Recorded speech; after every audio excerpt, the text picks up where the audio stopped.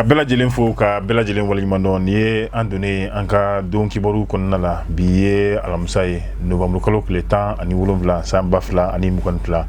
bi don kibaru kɔnɔna la an bɛna kuma min bɛ tali kɛ minisiri min ka baara bɛnnen bɛ taa ni ka segin ma wa ka bɛn ni wasadenw k'olu kɔni ɲɛkɔrɔ a ye laseli kɛ laseli min n'a bɛ tali kɛ terɛnko la an bɛna an da don la ka fara o kan an taara min ye a bɛ fɔ yɔrɔ min ma ko dennafilankɔrɔ ni a tɔgɔ yɛrɛ ye Anala wa yen nɔ kɛnɛ kan sigi min tun bɛ sen na a tun bɛ tali kɛ ka se ka an ka kanw ka se ka olu don ba la cogoya min na kɛrɛnkɛrɛnnenya la jamana sariya sunba kura a ɲɛbila baara min kɛra ka se ka ayiwa an ka kanw k'olu don kɔnɔ cogoya min na an tun bɛ o kɛnɛ kan ayiwa ka fara o kan an bɛ taa jamana yɛrɛ kɔ kan an bɛ na kunnafoni minnu sɔrɔ farafinna fɔ farajɛla ka se ka olu kɛ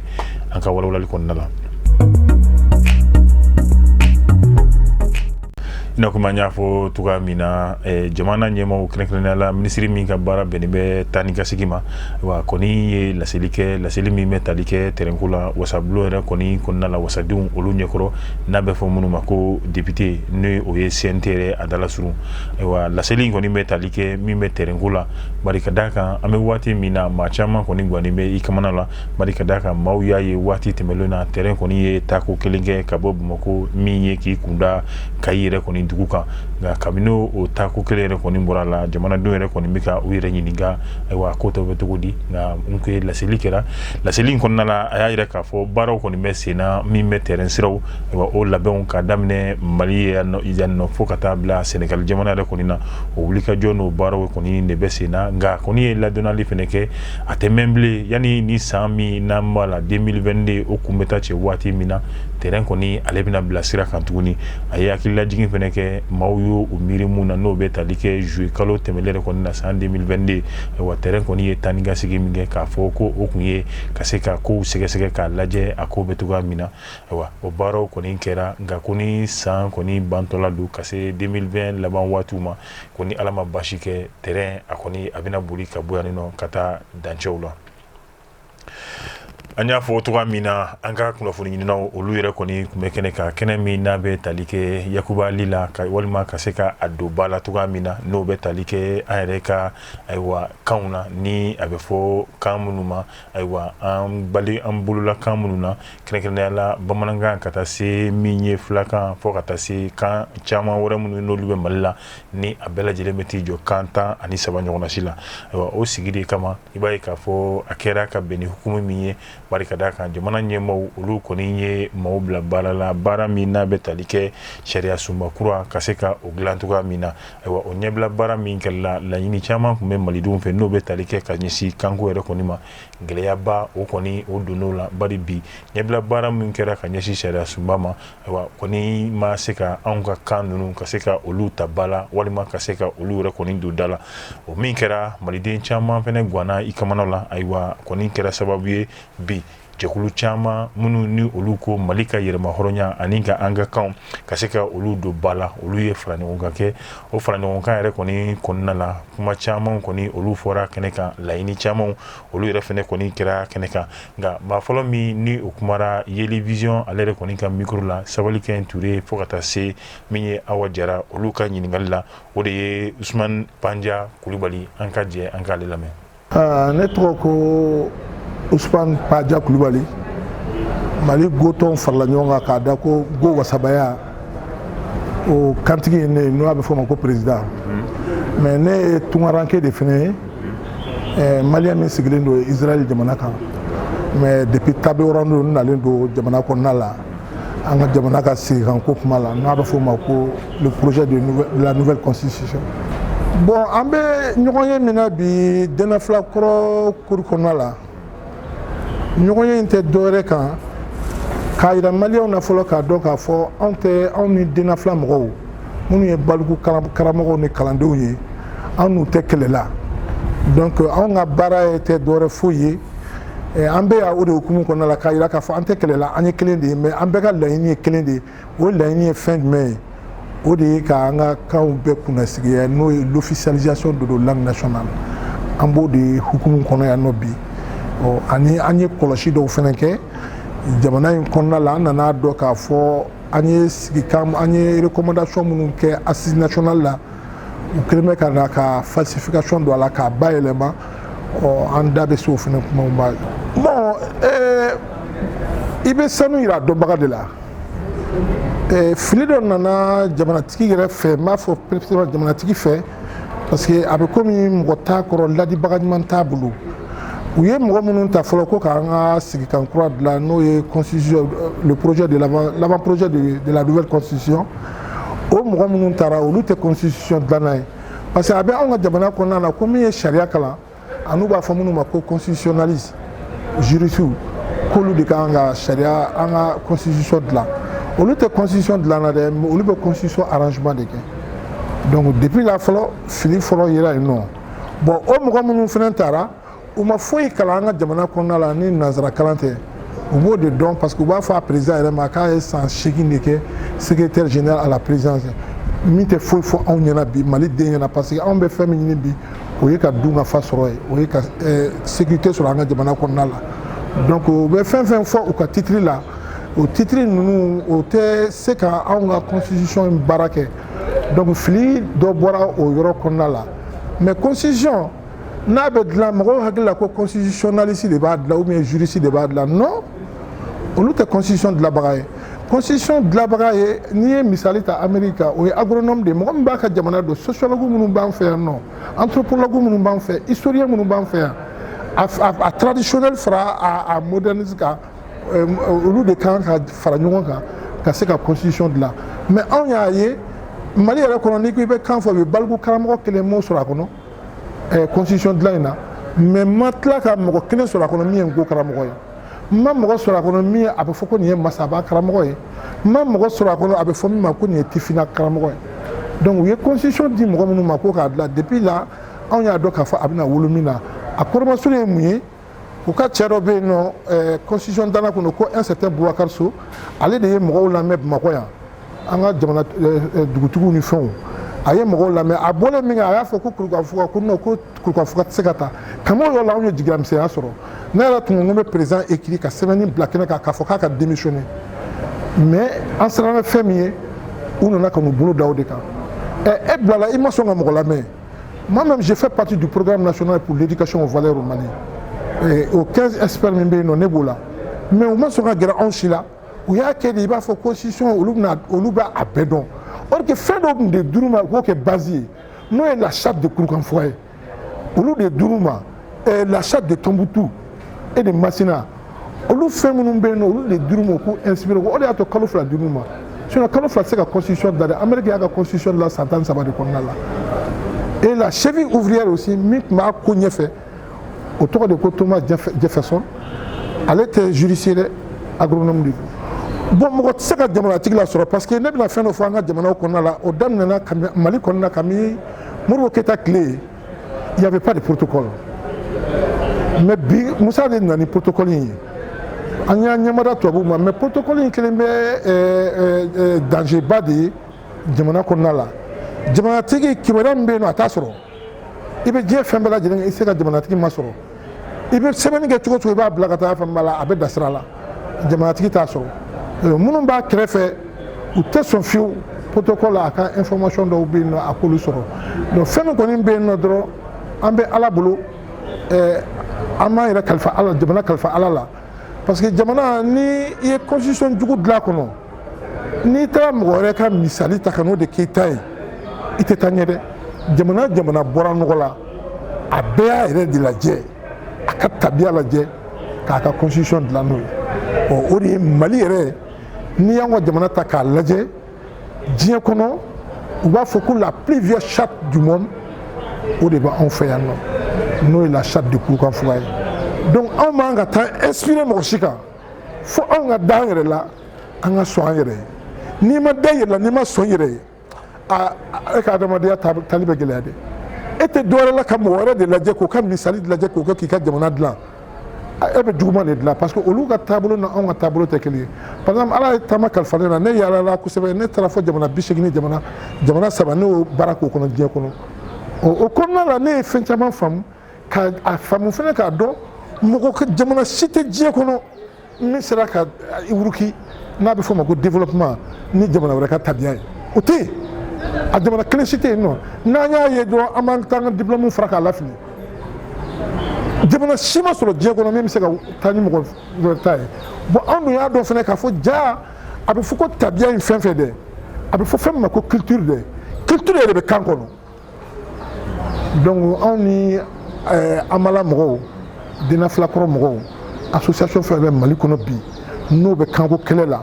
anw bɛɛ farala ɲɔgɔn kan ka kɛ kelen de ye an ka kanw ka kunnasigi an ma sɛbɛnni ko fɔ maa ye an ma nin foyi fɔ maa ye mais an ka kanw u k'a bɛ officialiser n'u bɛ ka mankan min ci kan yɛrɛ tɔw b'o kɛlɛ kɛ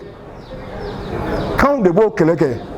i n'a fɔ bɛɛ b'a dɔn k'a fɔ hali n'i taara Kidali sugu la bi n'i ye bamanankan fɔ i mago bɛ latɛmɛ i bɛ sanni kɛ hali kuma t'o kɔnɔna na i taara Gao la même chose i nana Kayi fan fɛ i taara Sikaso yɔrɔ bɛɛ donc anw y'o o de lajɛ k'a lajɛ ka fara denfila mɔgɔw kan an bɛɛ jɛ ka kan kelen fɔ jamanatigi a bɛ lase jamanatigi ma cogo o cogo u k'a lase a ma pour que jamana bɛ yɔrɔ min na a bɛ tumu taama la dɛ parce que u kɛlen tɛ fɛ ka fɛn min dilan nin ye n'a yera CNT mɔgɔw fɛ nin ye jamana sudotɔ de ye n'i y'a mɛn jamana yɛrɛ b'a kɔnɔ anw bɛ se ka expérience dɔ f'u la Sierra Leone min filɛ nin ye moi je suis l'ancien président directeur général de African Mine c'est la plus grosse société diamantifère de l'Afrique de l'Ouest ne kɛra o PDG donc o jamana in filɛ mun ye ne bɔ yen rébellion de ne gɛn ne ye fɛn min ye ɲɛ la walahi n t'a fɛ a ka don n ka jamana kɔnɔ n ye fɛn min ye Libéria walahi n t'a fɛ a ka se Mali la Museveni l'ancien président ougandais l'actuel président ougandais a donné décembre 85 ka ne sɔrɔ Kampala fɛn min kɛra ne y'a ye Ala kana kɛlɛ se Mali ma donc anw ka kɛlɛ tɛ foyi ye an ka jamana bɛ lakisi cogo min na an bɛ se ka balo cogoya min na sinon ne yɛrɛ sigilen bɛ jamana kɔ kan mais kɔnɔ mana i pan cogo o cogo kɔnɔ dugu tɛ san ye a bɛ jigin laban ye jigili de ye sanji 60 ni kɔ donc dɔ kɛra an b'a fɛ cogo bɛɛ lajɛlen na anw ka jamana in ka ɲɛma jɔ a ka basigi an denw ka hɛrɛ sɔrɔ a kɔnɔ an mɔdenw an duniya tɔ bɛɛ lajɛlen a bɛɛ ka hɛrɛ sɔrɔ a kɔnɔ wa o bɛ Mali kɔnɔna na an sigilen bɛ jama bɔ dingɛ ni sanu bɔ dingɛw de kan mais kɔngɔ b'an na ala Usman Panja Kulubali i ta tɛmɛlen kɔfɛ i b'a fɔ a bɛɛ bɛ bila minɛn kelen kɔnɔ min bɛ tali kɛ jɛkulu min bɛ nin nɔ ni a bɛ fɔ ko mouvement yɛrɛwolo debout sur les remparts b'a dɔn k'a fɔ olu ka wulikajɔ yɛrɛ kɔni bɛ tali kɛ ka se ka an ka yɛrɛmahɔrɔnya k'o segiya ma cogoya min na caman ko n'i ko yɛrɛmahɔrɔnya ayiwa i k'o kan walasa ka se ka yɛrɛmahɔrɔnya ninnu olu bɛ se ka sabati ka sɔrɔ cogoya min na f'an ka hakili to an ka kanw yɛrɛ kɔni fɛnɛ la o kama jɛkulu min bɛ yen nɔ n'a bɛ fɔ ko mouvement yɛrɛwolo debout sur les remparts olu yɛrɛ kɔni taara ayiwa u ka maa min tun bɛ u tɔgɔ la o de ye Pape Diallo ye a ye laseli min kɛ an bɛ jɛ an b'o lamɛn. N bɛ an faw fo n'an ka karamɔgɔkaw fo ka an baw fo ka an filanw fana fo bon an kɔni an ka bamanankan ma diya kosɛbɛ parce que a bɛ dépend an lamɔna jamana min kɔnɔna na baara ma kɛ k'a bila walasa an ka se ka kɛ anw yɛrɛ ye kosɛbɛ donc an kɔni bɛ dɔ fɔ tubabukan na an bɛ dɔ fɔ bamanankan na voilà merci ok donc ka hakɛto ɲini mɔgɔ fɛ ka yamaruya ɲini ka kuma ta fɛn fɔlɔfɔlɔ ye min ye anw kɔni anw ye yɛrɛwolo debout sur les remparts Pape Diallo ne ye secrétaire général ye bon n'i y'a mɛn ko yɛrɛwolo debout sur les remparts mouvement min don mouvement politique fana don donc an ka laseli a bɛ taa sira min fana fɛ a politique jɔyɔrɔ ka bon ni a facteur wɛrɛ ye jamana kɔnɔna na an bɛ phase min na bi a yirala k'a fɔ ko baara min bɛ sen na o ye ka yɛlɛma de don an ka sariya sunba la ka d'a kan n'i ko k'i bɛ taa Mali kura la jamana kura jɔsen a tɛ se ka kɛ fosi ye ni a ma tinti jamana sariya sunba in de kan o kɔnɔna de la an y'a ye k'a fɔ ko fɛnw ka ca a kɔnɔ mais min fana bɛ yen ni o jɔsen ka bon kosɛbɛ kosɛbɛ o n'o ye kanko ye an y'a ye k'a fɔ ko o kanko ye tiɲɛ yɛrɛ la a ma ta ba la a ma ta ba la waati min na kuma ninnu bɛɛ n'i y'a bɛɛ lamɛn i b'a ye k'a fɔ ko baara bɛɛ dafalen don walasa kan in ka se ka ta ka kɛ sababu ye ka se ka an ka jamana in jɔ a nafa ka se jamanaden bɛɛ kelenna na an ka bɔ gɛlɛyaw kɔnɔ an ka bɔ jɔnya kɔnɔ mais an ka nin tagama bolo kɔnɔna na an y'a ye k'a fɔ ko jamana in an bɛ a kɔnɔna na kuntilaba fila de b'a kɔnɔ kuntilila fɔlɔ de bɛ yen o y'a yira k'a fɔ ko jamana bɛ se ka jɔ ni mɔgɔ kelen mɔgɔ fila mɔgɔ saba olu hakilinataw olu ka seko n'u ka dɔgɔ gansan ye ko barikaba de b'o la hakilina filanan ye min ye faso jama mana min fɔ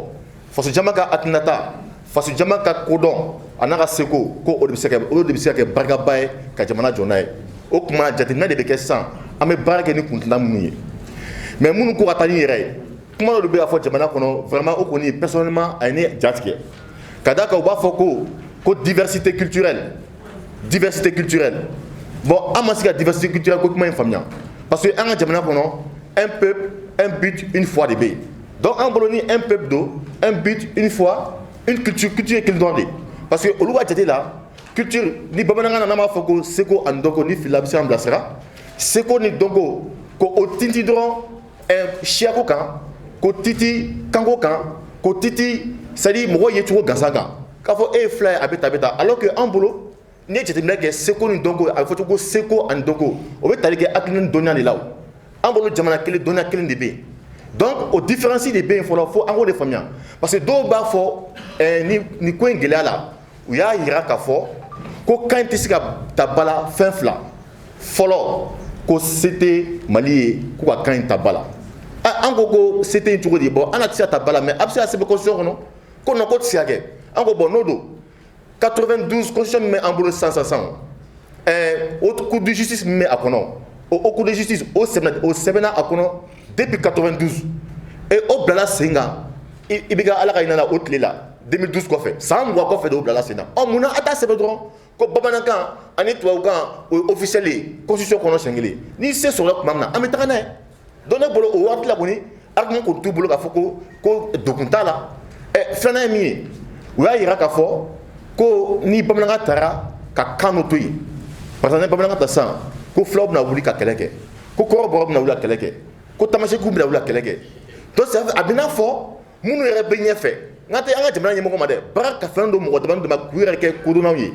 olu ka jate kɔnɔna na maliyɛn yɛrɛ de fana ka niveau c'est à dire an ka niveau o bɛrɛ bɛnnen don dɔrɔn siyaw kɛlɛ dɔrɔn de la a dun yira k'a fɔ san barika joli de kɛ an ka jamana kɔnɔna na siyaw kuma ma deli ka fɔ an ka jamana kɔnɔna na donc o ye ka yira hali kuntilenna yɛrɛ gansan min bɛ an bolo o yɛrɛ fana ye gɛlɛya dɔ de kɔnɔna na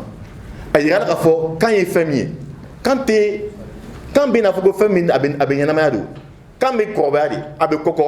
a bɛ kunbaya baarakɛminɛn don faso jɔminɛn de don bon ni baarakɛminɛn ɲɛnama t'i bolo mais e bɛ résultat e bɛ jaabi duman sɔrɔ cogo di ne tɛna kuma janya kosɛbɛ mais exemple dɔ bɛ ne bolo an y'a ye télé ni réseau sanfɛ Rusi muso ka taa bamanankan dege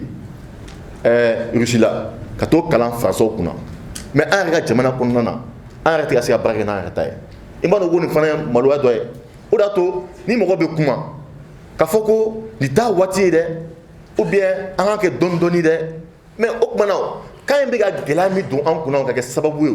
ka fɔɲɔgɔnkɔ ninnu caya an ka jamana kɔnɔna na fo mɔgɔ bɛ taa marifa ni fɛnw ta ka ɲɔgɔn faga o tuma na o fagali an ma jɔ ka continuer fɔlɔ fo a bɛ ban kuma jumɛn voilà donc je pense que n bɛ kuma bila yan a baara tɔ an bɛ ɲɔgɔn bolo pour ka se ka barika don a la merci. N'i y'a mɛn kalan i y'a fɔ ɲɛta ayiwa ɲɛta yɛrɛ kɔni ɲuman sabatili maa caman y'a yira k'a fɔ o tɛ se ka sɔrɔ fiyewu ayiwa f'i k'a dɔn e yɛrɛ ye min ye ayiwa i yɛrɛ sabatili o dɔ ye i ka kan o kɔni o mɛnni ani o fɔli ayiwa o de kama min bɛ tali kɛ kalan karamɔgɔ olu yɛrɛ fɛnɛ kɔni kun bɛ kɛnɛ kan ayiwa minnu ni olu yɛrɛ ka laɲini tɛ foyi ye ka se ka an ka kan ninnu ka se ka olu don ba la cogoya min na i b'a ye k'a fɔ a bɛ fɔ jɛkulu min ma ko comité de langue du lycée Ibrahima Ly n'o ye an ka camancɛ kalanso ye olu ka n'o ye maa ɲɛma o yɛrɛ kɔni kun bɛ nin nɔ u ka comité maa ɲɛma kun bɛ kɛnɛ kan ale yɛrɛ kɔni fana ye laseli kɛ laseli min ni a bɛ ɲɛsin ayiwa an ka kan ninnu olu donni ba la ayiwa o nafa bɛ se ka kɛ min ye an ka jamana yɛrɛ kan ani ale yɛrɛ ka wulikajɔ fo ka taa se a ka jɛkulu ma o kɛlen bɛ ka nafa min lase olu yɛrɛ ka kalandenw ma Ibrahima Ly la ale y'i da don o la an ka jɛ an ka madame Jara Mariam Dawu ale lamɛn. Ne tɔgɔ ye madame Jara Mariam Dawu ne ye bamanan karamɔgɔ ye lycée Ibrahima Ly la kunbɛn in kɔnɔ na sigikun yɛrɛ ye min ye o ye k'an ka fasokanw don ba la ni Assise y'a fɔ cogo min na ko k'an ka fasokanw don ba la officialisation des langues nationales du Mali an sigikun ye o kɛnɛ de ye bi laɲini yɛrɛ kun ye o de ye bi an ka sigi ka fɔ kɛ association 12 ani mɔgɔ minnu ka baara bɛnnen bɛ fasokanw kalanni ma an n'olu de jɛra ka sigi bi donc an mana jaabi min sɔrɔ o la an bɛna se ni o jaabi de ye jamana ɲɛmɔgɔ ma k'a yira a la. Bamanankan kanunen don kosɛbɛ ne ka kalanso la sabu tɛnɛ o tɛnɛ an b'an ka Mali jɔnjɔn yɛlɛ ni tubabukan ani bamanankan ye. Ni a wagati sera a bɛ kɛ nisɔndiyakoba ye anw ka kalanso kɔnɔ. Kumakuncɛ kuma na min bɛ ne bolo o ye ka anw min ye karamɔgɔ ye an ka ɲɛfɔli kɛ an karamɔgɔ tɔɲɔgɔn ye fɔlɔ ka u lafaamuya fasokan kanu ni nafɔlɔ. Ni lafaamuyali kɛra a ka ca Ala fɛ baara bɛ nɔgɔya an bolo. Yaya Konate ale fana ye sifinaka ye nka a ka laɲini tɛ foyi ye yasa an ka kan ninnu bɛ se ka don ba la cogoya min na ayiwa yasa a y'a yira k'a fɔ Mali kɔni ka ɲɛta sabati basigi ayiwa olu kɔni dɔ bɛ gulon an ka kanw yɛrɛ kɔni na i b'a ye o de kɛra sababu ye jɛkulu caman i b'a fɔ an y'a fɔ cogoya min na min bɛ tali kɛ go karamɔgɔ fo ka taa se an ka bamanankan karamɔgɔw ma u caman kun bɛ kɛnɛ kan ayiwa Yaya Konate ale yɛrɛ kɔni fana ye nin wulikajɔ kɛbaa dɔ ye kɔni kumara Yeli Vision micro la ayiwa sabali ka ɲi Ture fo ka taa se Awa Jara olu ka ɲininkali don. Ɲɔgɔn lajɛ in ye nisɔndiya ɲɔgɔn lajɛba de k'a sababu kɛ fasokanw ka liti kɛ walasa fasokanw ka se ka jɔyɔrɔ sɔrɔ jamana kɔnɔ a daminɛna an b'a san bi caman de la Mali kɔnɔ bi an balima denna fila mɔgɔw fɛ ni dɔw b'a fɔ ma ko baliku ka fara ngo mɔgɔw kan bɛɛ b'a kɛlɛ i ta fan nka ka bɛn avant projet min n'o bɔra o ye an bɛɛ lajɛlen jɔrɔ o jɔrɔna ko de y'an bɛɛ fara ɲɔgɔn kan ka an dama kasi an ka jamana marabagaw la a n'a setigiw la mɔgɔ o mɔgɔ bɛ se ka yɛlɛma kɛ nin na walasa an ka fasokanw bɛ kɛ jamana kunnasigikanw ye an ka faso kan 13 bɛɛ an kan b'a bɛɛ de ma a kɛcogo dɔɔni b'an na a fɛɛrɛ bɛ an kɔnɔ a musaka fana bɛ se ka sɔrɔ cogo minnu na o fɛɛrɛw bɛɛ bɛ an kɔnɔ bawo ale ti dɔ fara baara kan o contraire la a bɛ dɔ bɔ a la de o la an ka laɲini o de an ka kanw ka kɛ jamana marakanw ye ka kunnasigiya an faso kɔnɔ bon ni hakilina in bilala an na de an ɲɛ b'a la k'a fɔ diɲɛ jamana foyi ma se ka a sen sɔrɔ f'a ka sɔrɔ jamanadenw kalanna ka dɔnni sɔrɔ dɔnni de bɛ jamana kisi bon a yira k'a fɔ dɔnni de tɛ se ka sɔrɔ kan wɛrɛ la ka wasa ka tɛmɛ aw yɛrɛ si min kan kan o de ye miirina nin bila an na an y'a liti daminɛ bi tɛ mɔgɔw bɛ yan nɔ minnu b'a la a ka ca san 30 dɔw b'a la olu ta ka ca san 25 ye o mɔgɔw bɛɛ de farala ɲɔgɔn kan ngo mɔgɔw ale ni dɔ wɛrɛw la bawo an y'a ye avant projet min bɔra ale ye a ye faveur di tuma dɔ la walikan wɛrɛw yɛrɛ de ma k'a fɔ olu bɛ se ka kɛ jamana marakanw ye ka sɔrɔ an ka fasokan ninnu fana bɛ se ka kɛ ni a ye wa a b'o cogo kelen na an labɛnnen don ka se jamana in marabaga ni a kotigi bɛɛ ma walasa ka se ka laɲini sabati. Jawoyiba ale n'a ka jɛkulu sifinnakaw don kalandenw don fɛnɛ minnu ni olu bɛ an ka sanfɛ kalanso yɛrɛ kɔni na olu yɛrɛ kɔni ka laɲini ye jumɛn ye bi i b'a ye k'a fɔ an ka kan ninnu olu fɛnɛ bɛ se ka don da la cogoya min na bari ka d'a kan tuma dɔ la an k'an bɛ taa dɔnniya ɲiniyɔrɔ la i b'a ye k'a fɔ dɔnniya ɲiniyɔrɔ ninnu bɛ kɛ walikan olu de kɔni kalanni ye an bolo ayiwa n'an y'an yɛrɛ ka kanw don ba la ka dɔnniya ɲini an ka kan na a bɛ kɛ sababu ye an b'an yɛrɛ ka kan mɛn a bɛ kɛ sababu ye dɔnniya ninnu yɛrɛ kɔni fɛnɛ an b'a sɔrɔ cogo la min ye sɔrɔ cogo yɛrɛ kɔni nɔgɔma ye olu ka wulikajɔ dɔ a bɛ taa o minɛ yɛrɛ kɔni kɔnɔna la u y'a laɲini ka ye kɛnɛ in kan yaasa u fɛnɛ jɔyɔrɔ ye mun ye u bɛ se ka mun yira diɲɛ maa la cogoya min na ka bɛn ni an ka kanw olu donni yɛrɛ kɔni ye ba la fo ka taa se an ka jamana ka yɛrɛma hɔrɔnya o min gulonnen bɛ a la bari i b'a ye laseli tɛmɛnlen na i n'a komi y'a fɔ cogoya min na jamana ɲɛmaa ko ni jamana binna a binna sifinnakaw olu yɛrɛ kɔni nɔ b'a la o kama olu ko jamana yɛrɛ kɔni tɛna se ka bin ni Asimu bolo bari ka d'a kan ka sifinnakaw caman k'olu to yen ni hakilina ɲumanw ye o kama olu yɛrɛ kɔni wulila ka se kɛnɛ in kan ko dɛmɛ min ye ka ɲɛsin jamana ɲɛmaa ma olu b'o kɛ ayiwa o dɛmɛ dɔ ye yaasa ka se ka an ka kanw k'olu don ba la o kama hali wele a y'o da ka ɲɛsin jamana ɲɛmaa ma yaasa a bɛ se ka sifinnakaw ani jamanadenw yɛrɛ kɔni fɛnɛ lamɛn cogoya min na bilasirali min fɛnɛ fɛ k'o kɛ an k'a lamɛn Jawoyiba. Ne tɔgɔ Jawoyiba, président du mouvement pour la renaissance du patriotisme au cœur de la jeunesse malienne. A bamanankan na ma ye min ye kulu mun sigilen no ko ka jamana kanu ko k'a la kurakura jamanadenw dusukun na o kulu de don an yɛrɛ ka association ye a initiatrice dɔ ye donc o ye kanko ye donc an ka kan a fɔra ko an ka kan ka officialiser nka a ma kɛ o hukum de kɔnɔna an ko an ka wuli ka an jija ka kɛlɛ kɛ walasa an ka kan a ka officialiser parce que mɔgɔ tɛ se n'i ko hadamaden i ko kan n'i ye kan minɛ a la a kɛra bobo ye donc an t'a fɛ ka kɛ bobo ye bilen donc an ka kan a ka ta ba la a ka kɛ baarakɛkan ye o de y'an ka kɛlɛ bi o de y'an se yan donc an ka kanw tali ba la o nafa dɔ ye min ye an ka jamana ɲɛmɔgɔw u bɛ bɔ ka discours kɛ télé la n'u y'a fɔ bamanankan na an c'est à dire minnu ma taa école la minnu bɛ fo togodaw la olu bɛ a kumakan faamu hali denmisɛnnin fitinin minnu ma taa école la fɔlɔ u b'a kumakan faamu o yɛrɛ y'a nafa dɔ ye donc a nafa dɔ ye min fana denmisɛnnin minnu fana bɛ taa kalanyɔrɔ la école la donc i bɛ taa ye k'a fɔ ko n'a bɛ ka ɲɛf'u ye bamanankan na u b'a faamu ka tɛmɛ a français lama kan parce que an ka kalan ka taa classe fɔlɔ la fo classe 6 la i bɛ taa ye a bɛ fɔ ko le criquet tɔn donc tɔn n'a fɔra ko tɔn ko a sen a kunkolo a ɲɛ n'o fɔra bamanankan na est ce que ekɔliden bɛ taa leçon ta bilen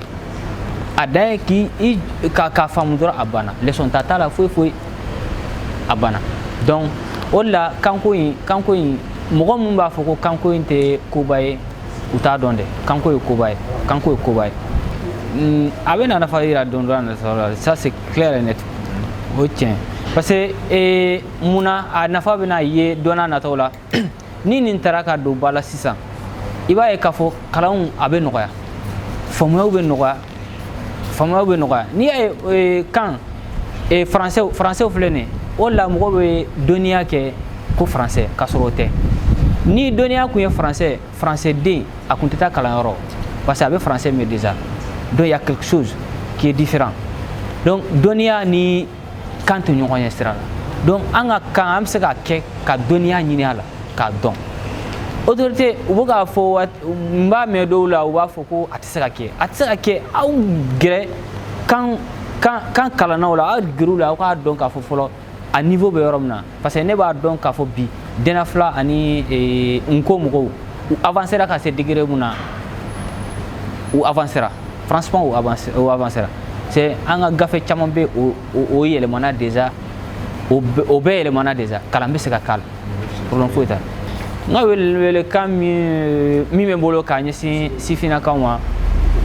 an ka wuli k'an jɔ an k'an sen don jamana ko la an kana sigi bilen k'a fɔ ko an bɛ artiste ko ni fɛn ninnu comme ça an ka wuli k'an sen jɔ jamana ko la u mana a fɔ togo o togo t'a sɔrɔ an bɛ yen n'a a kɛyɔrɔ k'a sɔrɔ an bɛ yen an sen b'a kɛli la an sen b'a foli la